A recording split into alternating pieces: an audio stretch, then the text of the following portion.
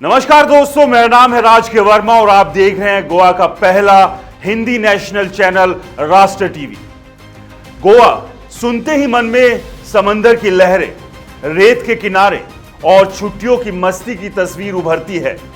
लेकिन रुकिए, गोवा अब सिर्फ छुट्टियों का ठिकाना नहीं रहा, ये अब एनआरआई और अमीरों का नया निवेश हब बन चुका है। जी हां, गोवा के रियल एस्टेट मार्केट में 66% तूफानी बढ़ोतरी ने सबका ध्यान खींचा है।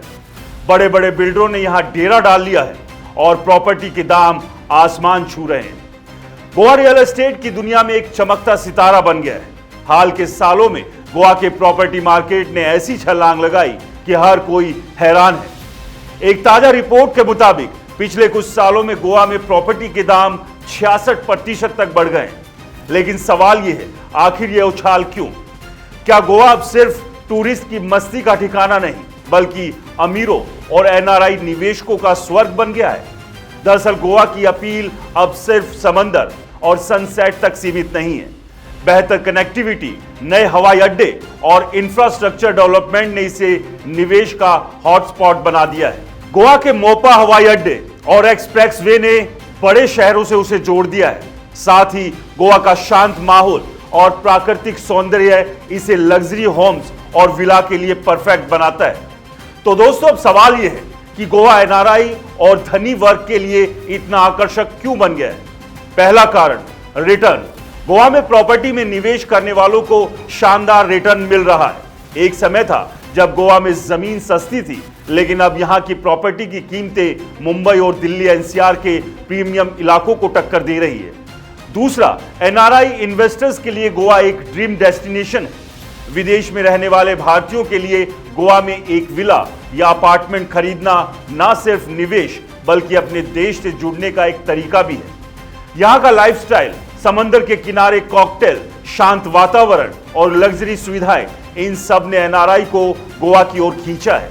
तीसरा, कोविड के बाद लोगों की सोच बदली। अब लोग बड़े शहरों की भागदौड़ से दूर शांत और प्रीमियम जगहों पर घर चाहते हैं। गोवा इसमें फिट बैठता है। यही वजह है कि गुरुग्राम और नोएडा की तरह गोवा में भी लग्जरी प्रोजेक्ट्स की बाढ़ आ गई है। गोवा में अब छोटे बिल्डर नहीं, बड़े बड़े बिल्डरों ने भी डेरा डाल लिया है। ये लोग सिर्फ फ्लैट नहीं बेच रहे दोस्तों, ये लाइफस्टाइल बेच रहे हैं। Swimming pool, private beach, golf course, ये सब अब गोवा में आम हो रहा है। उदाहरण के लिए नॉर्थ गोवा के अंजुना और वागाटोर जैसे इलाकों में लग्जरी विला और रिजॉर्ट स्टाइल प्रोजेक्ट्स की भरमार है। साउथ गोवा में पोलेलम और बेनोलिम जैसे इलाके शांत और प्रीमियम प्रॉपर्टी के लिए फेमस हो रहे हैं। इन प्रोजेक्ट्स की कीमत 2 करोड़ से शुरू होकर 50 करोड़ तक जा रही है। लेकिन दोस्तों, इस चमक दमक के पीछे एक सवाल भी है, क्या ये लग्जरी प्रोजेक्ट्स आम आदमी की पहुंच में है? क्या गोवा अब सिर्फ अमीरों का खेल बनकर रह जाएगा? गोवा का रियल एस्टेट मार्केट जितना आकर्षक है, उतना ही जोखिम भरा भी है। रियल एस्टेट सलाहकारों का कहना है कि 90% लोग प्रॉपर्टी में निवेश करते वक्त जल्दबाजी में गलतियां कर बैठते हैं। बड़े बिल्डरों के नाम पर आंख मूंद कर इन्वेस्टमेंट करना खतरनाक हो सकता है। कई बार लुभावने वादों के चक्कर में लोग फंस जाते हैं और बाद में प्रोजेक्ट्स लेट हो जाते हैं या फिर धोखा हो जाता है। लेकिन इस सबके बीच सबसे बड़ा सवाल यह है कि गोवा में जिस तरह से लग्जरी और प्रीमियम प्रोजेक्ट्स की बाढ़ आ रही है, उस सब के बीच मध्यम वर्गीय आम आदमी अपने घर लेने के सपने को कैसा पूरा कर पाएगा? क्योंकि एक आम आदमी के लिए करोड़ों की ये डील उसकी पहुंच से बहुत दूर है। यानी साफ है, जिस तरह से दिल्ली एनसीआर में एक मध्यम वर्गीय परिवार के लिए अपने सपनों का घर खरीदना एक दूर की कौड़ी हो चला है, कुछ हाल वैसा ही गोवा में भी दिख रहा है। दोस्तों, आपको क्या लगता है? गोवा के रियल एस्टेट मार्केट को लेकर आपकी क्या राय है? हमें कमेंट्स कर जरूर बताएं।